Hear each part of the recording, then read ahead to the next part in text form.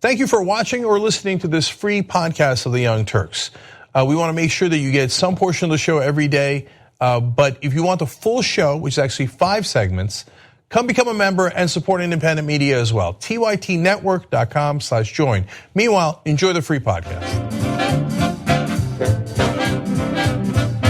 All right, back on the Young Turks. We've got breaking news for you guys. So let's hit it right away. All right.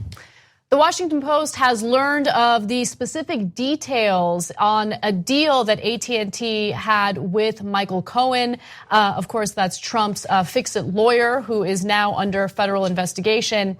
Now, AT&T had paid Cohen $600,000, and they had a specific reason for doing so. The internal documents reveal for the first time that Cohen's $600,000 deal with AT&T specified that he would provide advice on the $85 billion merger with Time Warner. Now, this is a proposed merger that the Justice Department is fighting against. But, of course, AT&T wanted to get some inside knowledge into what the Trump administration was thinking to see if they could get away with doing this merger.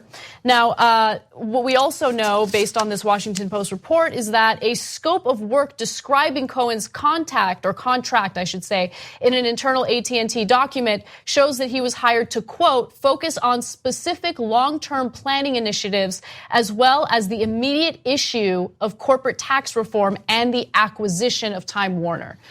So that's interesting in 2 ways.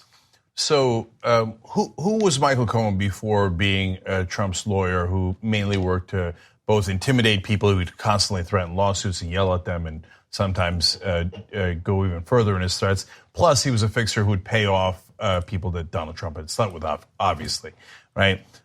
He was a personal injury lawyer in New York, and he ran a taxi cab business. So what possible expertise could he have on a telecommunications merger? He's never worked in that field at all. So now that we find out exactly what AT&T paid him for, now we know, basically, they paid him to make sure that he goes, talks to Trump and says, approve the merger. Because he has no expertise. That's the only thing Michael Cohen's good for. Did AT&T need taxi cabs driven in New York? Were they the victim of a personal injury? Okay, no. He was supposed to go and influence the president. But this is fun, an amusing part of the story. Now, Michael Cohen's not a registered lobbyist. So if he was to spend his time lobbying for AT&T, that would be illegal. So the contract said, now, this is not for lobbying anyone. Mm-hmm. I don't know if they included the wink in the contract. They described his work as advising the company and not contacting federal officials. If Michael Cohen is not contacting Trump or people in the Trump administration, what good is he? Right, exactly. He's not qualified to do the consulting that he would allegedly do for that $600,000. And it's clear that AT&T had a political objective here. They had a business objective that Cohen could help them with because of his proximity to Trump. And so who knows what's going to come of all of this? But again, he is not a registered lobbyist, meaning he is not allowed to do any lobbying. So if an investigation finds that he did do lobbying, I don't know if he'll face any consequences, to be honest. I've kind of given up hope when it comes to all that stuff. No. Mueller's got him. So I think that Cohen is in some trouble. I think this is among the reasons why at some point he'll probably flip. But by the way, somebody at AT&T should also be held accountable. They clearly hired him as a lobbyist. It's super obvious that they did. I mean, I love this part of the contract. They directed him to, quote, creatively address political and communications issues. What does that even mean? What is that creatively? In other words, creatively find a way to lobby Donald Trump while we're pretending you're not a lobbyist, and we're giving you $600,000 for that. I mean, really, because of Michael Cohen's telecommunications expertise, not even anyone wearing a MAGA hat believes that. It's absolutely preposterous. By the way, on January 12th of 2017, both Michael Cohen and AT&T's chief executive Randall Stephenson were seen visiting Trump Tower in New York days before the contract with Michael Cohen's company, Essential Consultants, was signed. But they said, no, we didn't run into each other, and that was just a coincidence that we go and see Trump on the same day. A couple of days later, we give Michael Cohen a $600,000 contract, but not for lobbying And we don't know each other. It just kind of, we thought, who was the top telecommunications expert in the country? Probably Michael Cohen. I learned that in a taxi cab. So that's why AT&T did this. Look, by the way, AT&T, the people who made that decision, again, there should be consequences, but also incredibly stupid, because you can legally bribe people all day long in this country. It's called a campaign donation. It's super PACs, independent expenditures. There's dark money. There's 1,000 different ways you could funnel money to Donald Trump. Instead, you found one potentially illegal way to give it to his schmuck of an attorney and you know what? This is Dinesh D'Souza-like incompetence, and he went to prison for violating campaign laws. So I think this investigation should be broader and should involve the people on the other end of it too. And I'm not saying that it's Randall Stevenson. I think that, Washington Post has the contract. It's important and interesting. They should figure out who signed that contract for AT&T, who authorized that contract for AT&T. It's pathetic that these guys who spend tens of millions of dollars legally bribing our politicians and buying them off through their super PACs, etc., on top of that, rubbed it in by doing potentially illegal contributions to Donald Trump's lawyer. And I hope that they all suffer the consequences. Yeah, I'm just amused at Michael Cohen's side gig, right? While average Americans are dealing with stagnant wages and taking up jobs like Uber on the side to make some extra cash, you have people like Michael Cohen doing a side gig like this, where he's taking hundreds of thousands of dollars, actually millions of dollars in total, from these massive corporations in order to do this kind of, in my opinion, lobbying. Because again, he is not qualified to do the type of consulting that they hired him for. Overall, he got $2.95 million. I mean, this is like country bumpkin kind of corruption. And so $3 million is a lot of money. And I get why Michael Cohen wanted to take it. I get that Donald Trump will funnel money to himself and to his allies in every way he can, because he's not that rich and he's been a con artist his whole life. But if you're Novartis or AT&T, this is not how you're supposed to run things. Again, you could do it in a 1,000 legal ways, which are disgusting, but readily available to you. But instead, you go and cut these side deals. It's both embarrassing and, like I said, potentially illegal. All right, let's have some fun. Rudy Giuliani. Rudy Giuliani has decided to resign from the law firm that he has been working at, and it is a large law firm that he claims, it was a mutual agreement. Hey, I want to really focus on defending the president. It's taking too much of my time, and so I got to step away from the law firm. But the idea of him resigning might have more to do with this. You know about the general arrangement that Michael would take care of things like this, like I take care of things like this for my clients. This is the kind of thing that I've settled for celebrities and famous people. Every lawyer that does that kind of work has. I never thought $130,000 was a real payment. It's a nuisance payment.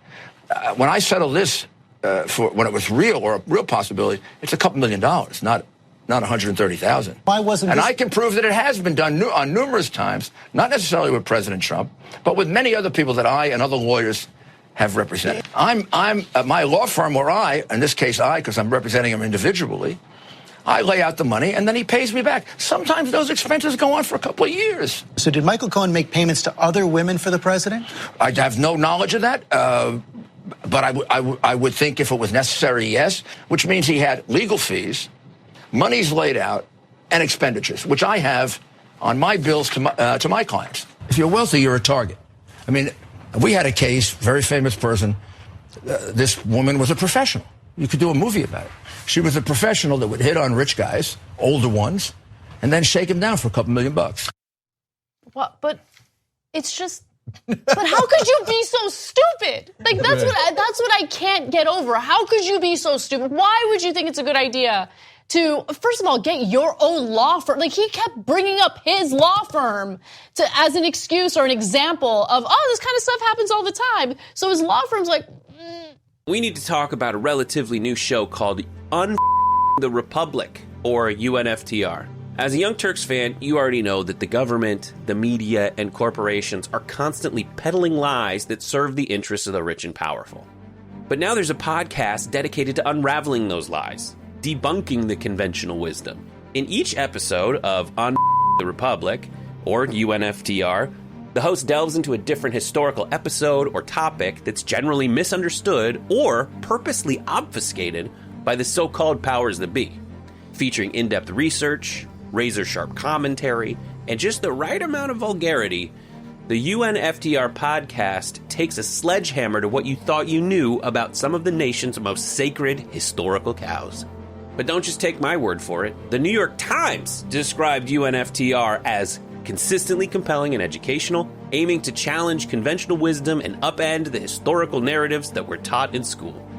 For as the great philosopher Yoda once put it, you must unlearn what you have learned. And that's true whether you're in Jedi training or you're uprooting and exposing all the propaganda and disinformation you've been fed over the course of your lifetime. So search for UNFTR in your podcast app today and get ready to get informed, angered, and entertained all at the same time.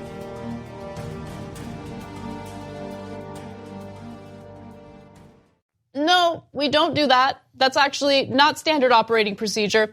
The New York Times asked Greenberg Traurig about these remarks early this week. That's the law firm that he used to work at, shortly after Mr. Giuliani's resignation was announced. And here is a statement from a spokesperson at the law firm. We cannot speak for Mr. Giuliani with respect to what was intended by his remarks. Speaking for ourselves, we would not condone payments of the nature alleged to have been made or otherwise without the knowledge of the and direction of a client. So again, they're specifically talking about Michael Cohen's payment to Stormy Daniels and how, again, it is not standard operating procedure. This is not how law firms are supposed to operate. So this law firm is fairly well known, headquartered in Miami. So they want to protect their reputation. And yes, one of the major problems here is saying, we'll pay off people without even telling our client. What? You can't do that. That's totally crazy and corrupt and potentially illegal and certainly unethical for a lawyer, and the list goes on and on. I'm not saying that the firm doesn't do that. You have to understand this firm also had Abramoff as an attorney, and then we found out how incredibly corrupt Jack Abramoff was, and they're like, oh, well, that's just, that was a one-off. They also represent the Trump Organization and Jared Kushner's real estate firms, and the list goes on and on. So I don't know what the practices are inside the firm. I do know, whatever they are, they do not want them made public, and they don't want an idiot attorney from their own law firm going on national TV going, we do payoffs all the time. Okay, so I don't know if Giuliani's telling the truth, and maybe he is, but whether he's not telling the truth and the firm doesn't do that, well, then what are you doing? Don't say we're doing that if we're not, or we are. That's even worse. Don't tell people the illegal things we're doing. So of course they had to get rid of him. And you could tell that they did by Giuliani's own quote when he said, it is in everyone's best interest that I make it a permanent resignation. Now, if you want to step down, you don't talk about other people's interests. That's right. Yeah. Okay. Yeah. That's the statement your firm made you put out, so that it is absolutely clear that they made you step down. No, I can't even begin to explain how stupid I think Giuliani is. And just on this one story alone, because A, he goes out and publicly says what he says about his, the way he operates as a lawyer, which of course looks terrible for not only the law firm, but it looks terrible for him. And then to make matters worse, think about the whole basis of, or the whole context in which this is playing out, right? He is walking away from what I would probably assume is a cushy job at a well-known law firm to do some lawyering for Donald Trump, who is the most unloyal person imaginable. Trump is already, behind closed doors, criticized the way that Giuliani has handled himself and this whole Michael Cohen case, Stormy Daniels case in the media, because they're making statements that contradict one another. And so they're not on the same page. No one's ever on the same page as Trump is, because he changes his mind from one day to the next. And so this is career suicide for Giuliani. Why? Why are you doing it? Are you not watching what happens to all of these other people who work for Trump? They all get their heads cut off at some point. He will get decapitated at some point. It is going to happen. Yeah, and he's earned it because he's an idiot. Plus, he signed on to lie for Donald Trump, which is going to get him in trouble. And then Trump is going to say, I didn't do it. It was Rudy's fault. And he's going to fire you. That's his modus operandi. He's already done it like a dozen times. You're so dumb that you can't see that you didn't see it on national television happen over and over again. But more stuff to Anna's point. He bragged recently, governments throughout the world, Giuliani did, governments throughout the world trust me to do their cybersecurity and pay me millions of dollars to do it. And he said he was going to continue that business. Well, they used to. But now that you've been exposed, I mean, which government in their right mind looks at those appearances and goes, oh, I bet you that guy can protect my cybersecurity. That guy? That moron? Are you kidding me? You're going to be so exposed if you hire a guy like that. That buffoon will probably hurt your cybersecurity more than anything else. Something happens when people work closely with Trump. First of all, they lose any and all filter and say all sorts of crazy things publicly, to their own detriment, by the way. And then it's like taking cyanide. It's killing yourself, right? Like, why? Why do you do it for that man? Like, what do you think he's going to offer you in the end? It's not much, trust me. I think an analyst called Rudy's TV appearances a political murder-suicide. So last thing on it.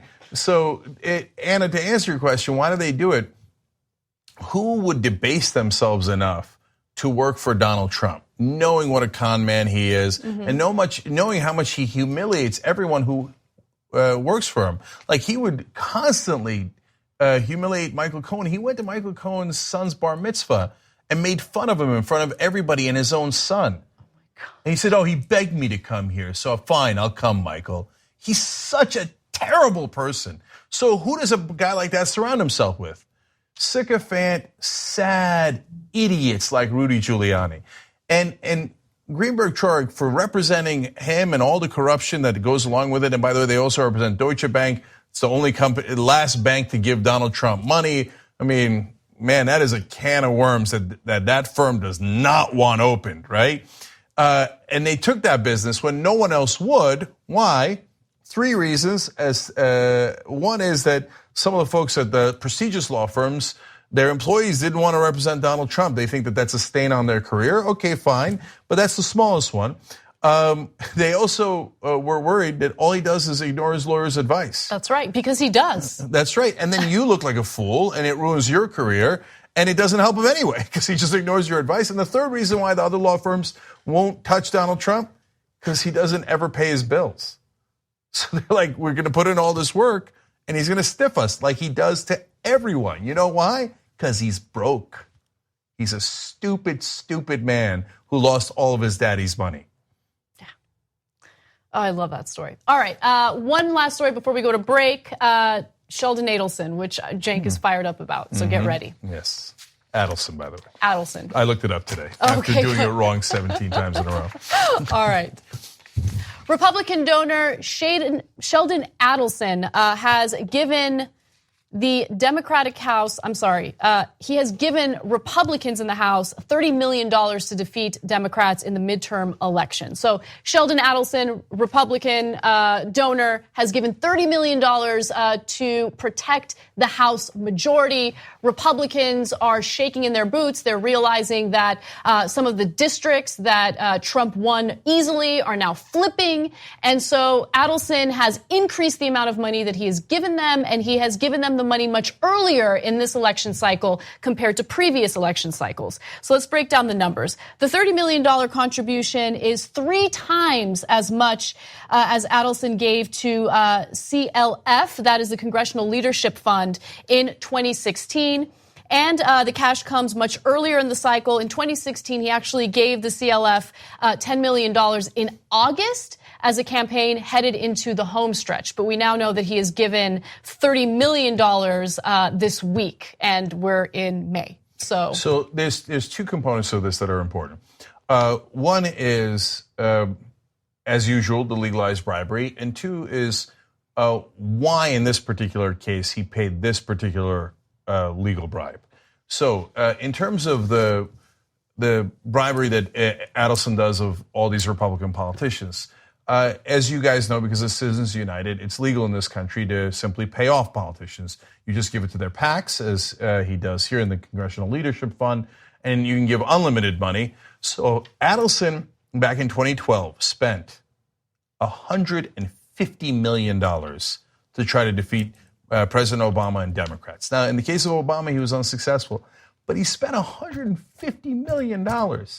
He spent $15 million on Newt Gingrich's campaign, then $20 million on Mitt Romney, and then he poured so much more into the other Republican coffers. And then, other than the ones that were stated, then there was the PAC money that Huffington Post showed in a report that they did, et cetera. So then, for Donald Trump in 2016, he gave well over $20 million. All this is legal. I mean, this is when someone gives someone $20 million, what do you think happens? You think they go, yeah, no, that's okay. I'm not going to do what you asked me. And by the way, I'm going to run for re-election, but I don't care about the $20 million, and I wouldn't want the $20 million next time. No, every American knows that you pay the $20 million to get them to do what you want. So all of our politicians are systemically corrupt. So whether it's the Democrats that take that corporate donor money and the billionaire donor money, or in this case, the wholesale Republican Party. So why this particular bribe at this particular time? Well, Donald Trump just ripped up the deal with Iran. Sheldon Adelson is very clear. He supports the right-wing government of Israel, and he wants Trump to do whatever he tells him to do. So after giving him over $20 million, before Donald Trump took office, Adelson met with Donald Trump. At TYT, we frequently talk about all the ways that big tech companies are taking control of our online lives, constantly monitoring us and storing and selling our data. But that doesn't mean we have to let them. It's possible to stay anonymous online and hide your data from the prying eyes of big tech. And one of the best ways is with ExpressVPN. ExpressVPN hides your IP address, making your activity more difficult to trace and sell to advertisers. ExpressVPN also encrypts 100% of your network data to protect you from eavesdroppers and cyber criminals. And it's also easy to install. A single mouse click protects all your devices. But listen, guys, this is important. ExpressVPN is rated #1 by CNET and Wired magazine. So take back control of your life online and secure your data with a top VPN solution available, ExpressVPN. And if you go to expressvpn.com/TYT, you can get 3 extra months for free with this exclusive link just for TYT fans. That's expressvpn.com/TYT. Check it out today. And then he bragged afterwards that, he's going to move the embassy to Jerusalem, just like I told him.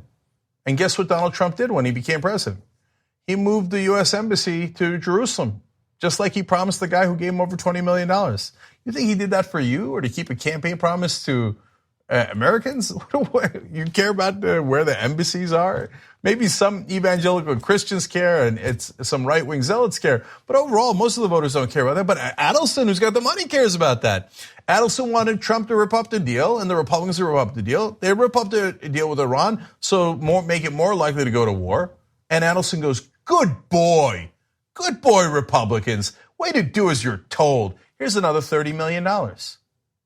This corruption is wide out in the open.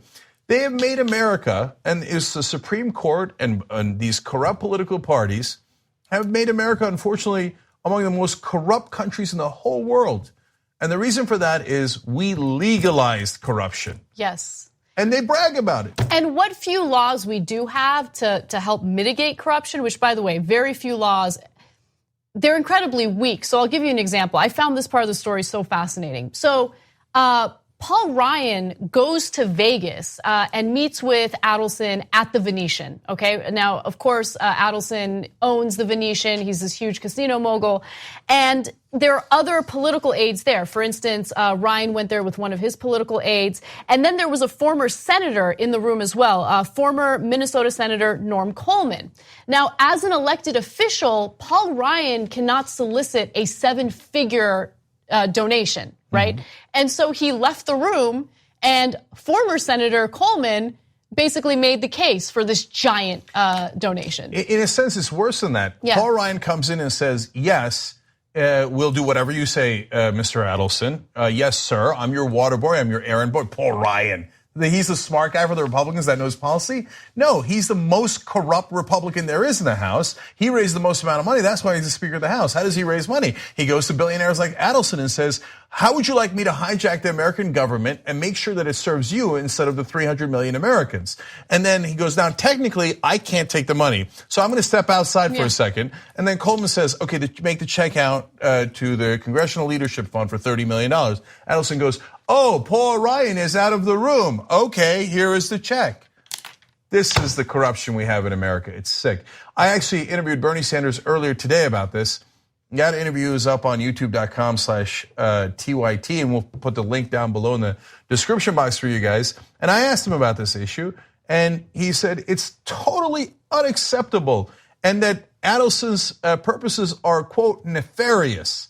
And they are, and they're brazen about it. And the last piece for you guys, Adelson has several different interests. In the case of the deal with Iran that they just ripped up, he is a right-winger both in the US and in Israel, supports Netanyahu and their drive for war. There are great groups in America like J Street who represent left-wing Israeli politics, and they are not for war. But Adelson is not in that. He's in the right-wing group. So that's the thing that got him to give the $30 million check now. But he's given, as I told you, hundreds of millions of dollars before. Because his other interests are bust unions who work for him so that he can make sure that he pays his workers as little as possible. He's the 14th richest man in America, in the world, I think. He has over $20 billion. But don't you dare try to make a nickel above minimum wage if you work for Sheldon Adelson. He will crush you, right?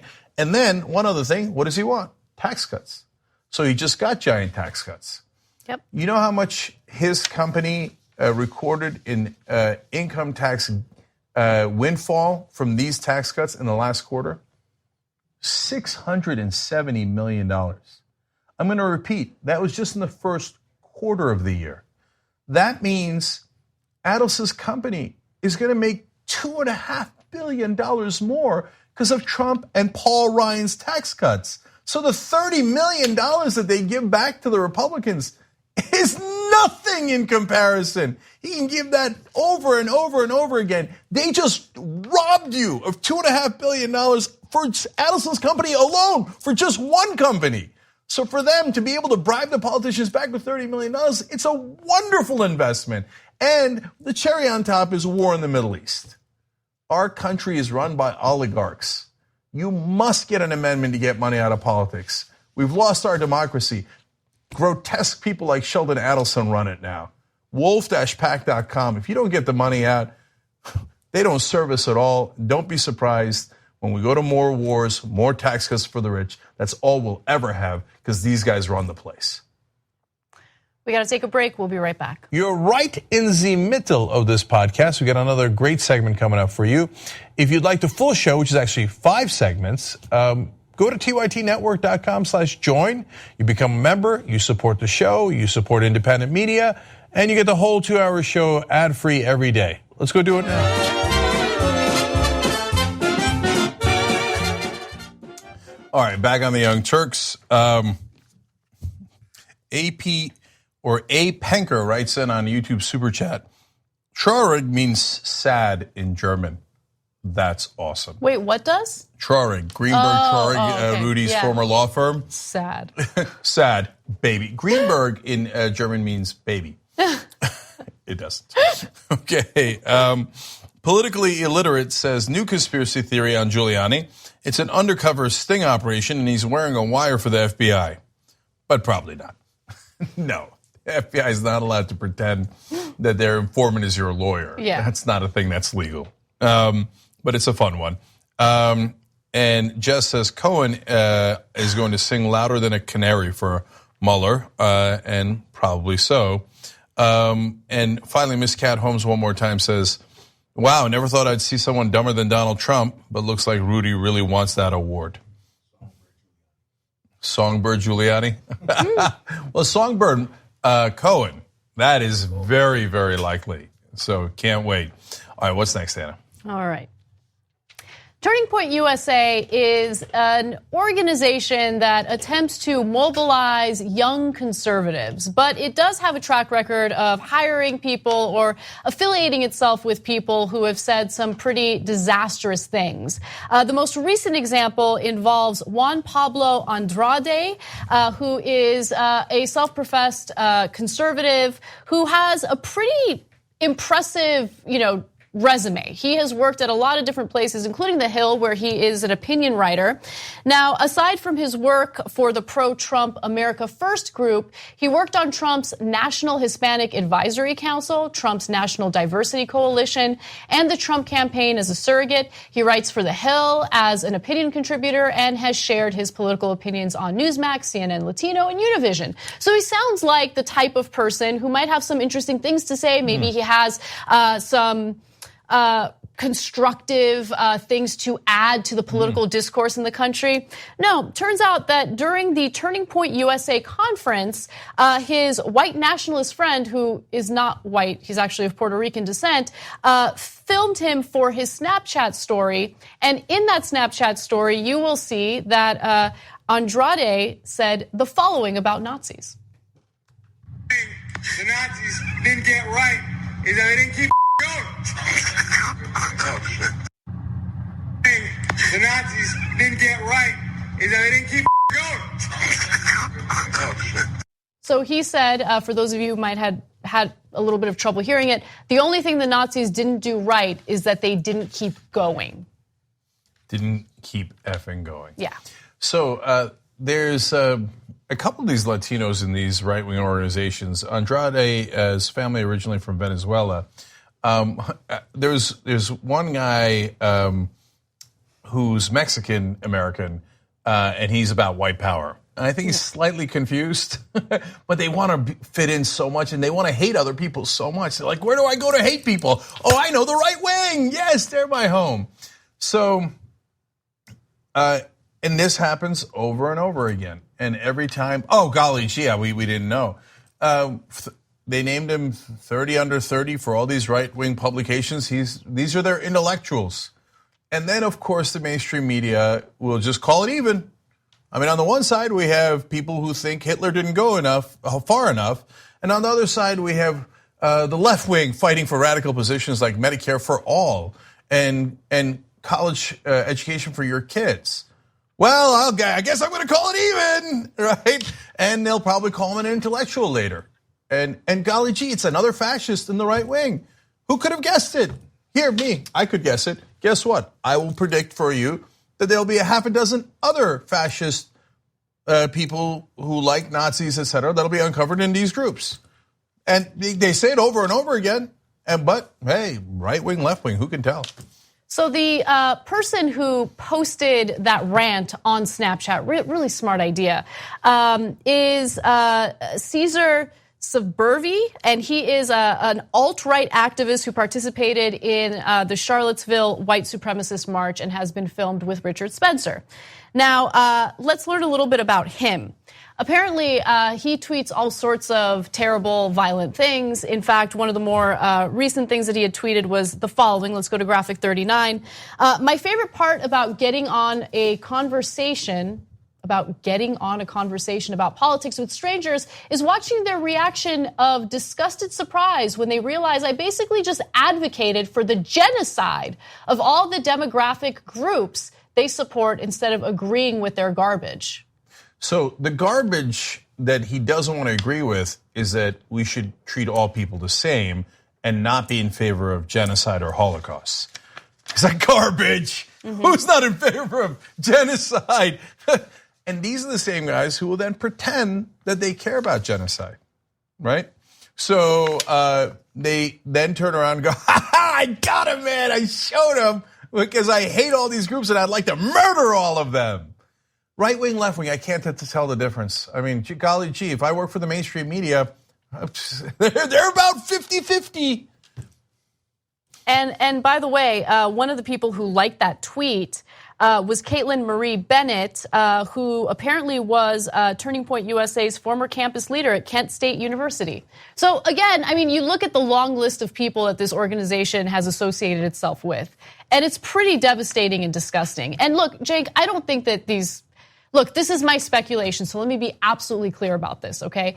I don't think that they're doing this to fit in, okay? I think they're doing this because they're paid to say what they're saying. I do not believe for a second that a Mexican American is going to join or be part of any type of hateful organization that spews hatred toward Mexicans for free because he wants to fit in. I just don't believe it. Again, that is my speculation. But that's just... No, there's a lot of sick people in the world. Yeah. I mean, and I don't really care about their motivation. I care about what the reality is. So this Severi guy, he also said, only so many times I could write about how much I hate. By the way, my printout cut off in one version at that point, and I was like, fill in the blank. What difference does it make? Hate what? Blacks, Mexicans. In his case, since he's Latino, maybe not Latinos. But maybe, depends. Are you paying him? How much does he hate himself, etc.? Jews, Muslims. But I says it was probably Muslims because they hate those guys the most. And it turns out it was. Only so many times he wrote, I could write about how much I hate Muslims or why America needs a dictator. Okay, more from, by the way, Mike Pence has spoken to this group. It's led by Charlie Kirk, who debated our Hassan Piker. He must be so proud. And he says, no, this is just a grassroots organization. Really? No, they were paying for the hotel that all these alt-right fanatics were staying in. Where'd you get all the money? In fact, they tried to ban the Swerby guy, and then they were like, oh, not enough people are going to show up. They know what he's about. They know he's a fascist. Right. And they're like, well, if we deny fascist entrance, well, who's going to show up? So they decided to unblacklist them and let all the fascists who are in favor of Holocaust attend, because they're like, that's who we are. That's who we are. So here's someone else, Carl Higbee. He was a Trump appointee, but had to basically go away and remove himself from there because it was found out that he said black people are lazier than whites, and that he admitted that he was racist against Muslims. Okay, so his appointment didn't work out. Guess who swooped in and hired him as a director of advocacy? The same group. Okay, but what, us? How could you call us racist? We're just intellectuals who are doing a lot of free thought. Yeah, free thought, kill the Muslims, blacks are lazy. Who else do I need to kill and murder? And the Nazis didn't go far enough. Free thought. I'm just doing free thought. I'm an intellectual. And the mainstream media looks at it and goes 50-50, 50-50. Right. Yeah, I mean, look, I think that their message, and not just Turning Point USA, I'm talking about, extremists, right-wing extremists in the country. Their message has been, in a way, given a platform in the mainstream media. Because, and look, this was an off-the-record conversation, so I'm not going to identify who it was with, but I confronted someone who works in the mainstream press about their nonstop coverage that includes the voices of these alt-right individuals, these white supremacists, these neo-Nazis. And this person admitted to me, well, yeah, it's a little sensationalist, but it gets the readers, it gets the viewers, it gets the views. And it's disgusting to know that they're being placed on an equal footing to those on the left who have legitimate concerns and actually want to do good for the country. And by the way, that's actually not even true. It's not an equal footing. Yeah. How many Bernie Sanders supporters do you see on cable news? That's a great point. Almost none. Like I've said, I think Van Jones and Nina Turner sometimes goes on as a guest on some of these CNN shows. So 1.5. Meanwhile, you turn on cable news, you'll see alt-right figures all day long. You'll see massive right-wingers, and they'll be described as intellectuals. And they'll be in these groups that harbor Nazis and fascists and actively hire racists. Oh, you're so racist you couldn't work for Trump's government. Well, you're going to be our director of advocacy. Oh, well, intellectuals. Let's put them all over cable news. Bernie Sanders supporters, you guys actually want to help Americans? You want to increase their wages? Radicals, bring the neo-Nazi on. It's crazy. All right, well, that kind of media coverage has its consequences, and we're seeing it throughout the country right now. In fact, I have an example for you. A graduate student at Yale University was harassed by police officials, in fact, as many as 4 cops, after a white student saw her sleeping in the common area of a dorm building. and thought that this person was some sort of threat and called the cops. Now, the graduate student here is Lolade Sionbola, and she is an incredibly accomplished woman. Again, she's a graduate student at Yale, where it costs as much as $63,000 a year just to get an education there in its graduate schools. She took a nap in the common area, and then this white student comes in, tells her she's not authorized to be there, calls the cops, and unfortunately, the situation escalates from there. She had to deal with the cops for as long as 15 minutes, and we have a few examples of the video that she posted on social media. So let's take a look at the first one. I have absolute right to document what's going on. I'm not taking your picture. This is Facebook Live. Here's what we're gonna do. That's fine. I need to go back to the 12th floor to finish writing my paper. What's you got your ID on you? Yeah, I do. All right, can we see that? Why? We got a police call for you. We need to make sure that you belong here. Okay, let me open my apartment for you so that you can see that I belong here. I don't think there's a need for you to be here. I think you probably need to commit her to an institution.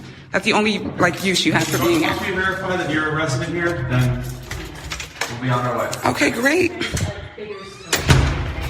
I need to get back to the 12th floor. I gotta write my paper. Can we just have your ID, ma'am? Why? I just explained to you. We have a police call for you. You just said that if you prove that I live here, you would leave. Yep. So Okay, I just opened the door to my apartment. That's fine. I can see that. Okay, thank you for watching that. Why? So we can verify who you are, and we'll get out of your hair. How's that? Man, that is frustrating. Yeah. So, the right wing says, oh, bootstraps. Okay, she is a graduate student at Yale. So she did everything she could do. She did bootstraps. She did whatever she had to do. She's at Yale. And you know why she was sleeping there? Because she was working all night on the paper she had to write as a graduate student. And it's her dorm. It's her dorm. This all occurred around 1:30 in the morning. First of all, I don't even understand what goes through the mind of someone, a student who walks into the common area of a dorm and sees someone sleeping in that common area or taking a nap in that common area. Like, why did it cross her mind that this woman posed any type of threat? And so there were other black students at Yale who spoke to the press and said that they also had similar run-ins with this student, which, by the way, you could hear Lolade mention in the video that we just showed you. And so who is Lolade? She holds a bachelor's degree in computer science with a minor in Spanish from the University of Missouri-Columbia, where she was a George Brooks Scholar. She later moved to New York, where she worked in the tech industry. She's now getting a graduate degree at Yale in African-American studies. I mean, her resume is super impressive. I'm only giving you a tiny piece of it. So you're right, Cenk. She's done everything right, everything right. She's at Yale, and it doesn't matter. She still gets harassed by a student for simply taking a nap in the common area of this dorm. Yeah, so this is a new one, sleeping while black. And again, white privilege, what does it mean? It doesn't mean that every white person in the country has a mansion and a yacht. It doesn't mean that. It means that you get to take a nap in your dorm room and people don't call the cops on you. So you never notice it. So you never got the cops called on you. So you don't, that's why you're like, I don't get it. White privilege, I don't have any privilege. What you don't notice is what happens to other people. They do everything right and they get the cops called on them anyway. Look, and this particular student and others probably will disagree with me. I don't think, once the cops are called, the cops are, I think, in that situation, in a tough spot. Now, they went on too long. They asked her to open the door. She opened the door. They asked for the ID. I think asking for the ID is okay. And she gets them the ID. There's a slight misspelling in her name and the records. That's when you got to let it go. Okay? It's obviously her, and she has a unique name. The fact that it's slightly misspelled, what do you think? Get this. Someone else broke into the dorm room, somehow got her key and her ID, but maliciously misspelled her name. No, this is crazy. Come on, guys. This is crazy. First of all, student IDs have photos on it. So if there was a misspelling in the name, you're right, Cenk, let it go. But it shouldn't even get to that point. They checked her ID up against the university's record. Think about the investigative work that went into that. Really, is that really a good use of a police officer's time? But mainly, I get that in the beginning, the cops are in a little bit of a tough spot because somebody called them and they got to respond, right? But that person who called the cops, and then she has the audacity to say, don't you dare take a picture of me. You called the cops on me. I'm a fellow student. And I'm the one who's wrong for videotaping it? And like, you're the victim now? Yeah, you're in a public place, by the way. So she could have easily taken her picture or put her in the video, but she didn't. I mean, that shows some significant restraint. By the way, we have a second portion of the video that I want to share with you all. So let's take a look at that. I was sleeping in the common room and she comes in and turns the lights on. And she's like, why are you sleeping here? You're not supposed to be sleeping here. I'm going to call the police on you. But she called the police on my friend about 3 months ago. The university knows that she's unstable and she's still here. So you've dealt with her before? Well, this is my first time actually meeting her in person, but I know that she's the one who called the police on my friend. Would she call the police on your friend? Because he was in a stairwell and he was black. What happened last time? She did the same thing because my friend was in the stairwell and he was black. That doesn't sound right.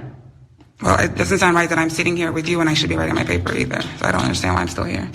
So a friend did speak to the press, and he said that he had asked that woman for directions somewhere in the university, and that because that's what robbers do. They come in and ask for directions. I can't anymore. So, look, I'm sure that if you ask that woman if she's racist, she'd be like, no.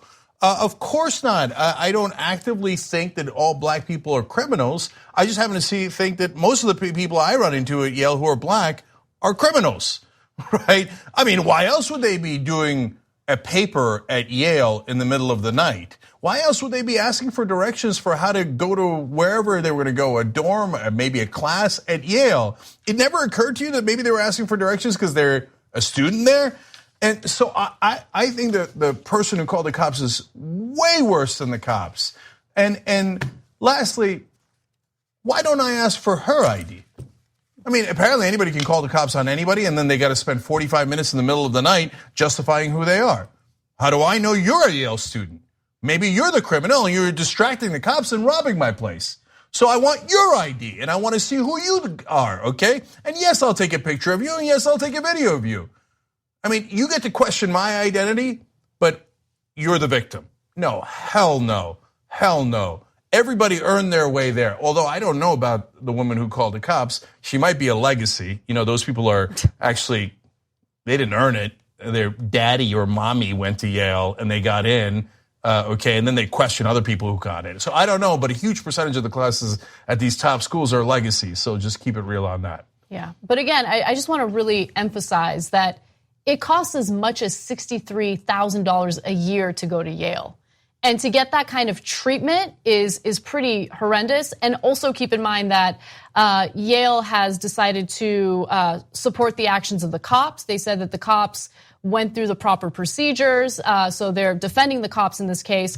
But one of the deans did speak out and say that, hey, you know what, we do need to do better in being more inclusive of minorities at this university. So, all right, moving on to some other news. Actually, I'm sorry, we should take a break. When we come back, a story you don't want to miss.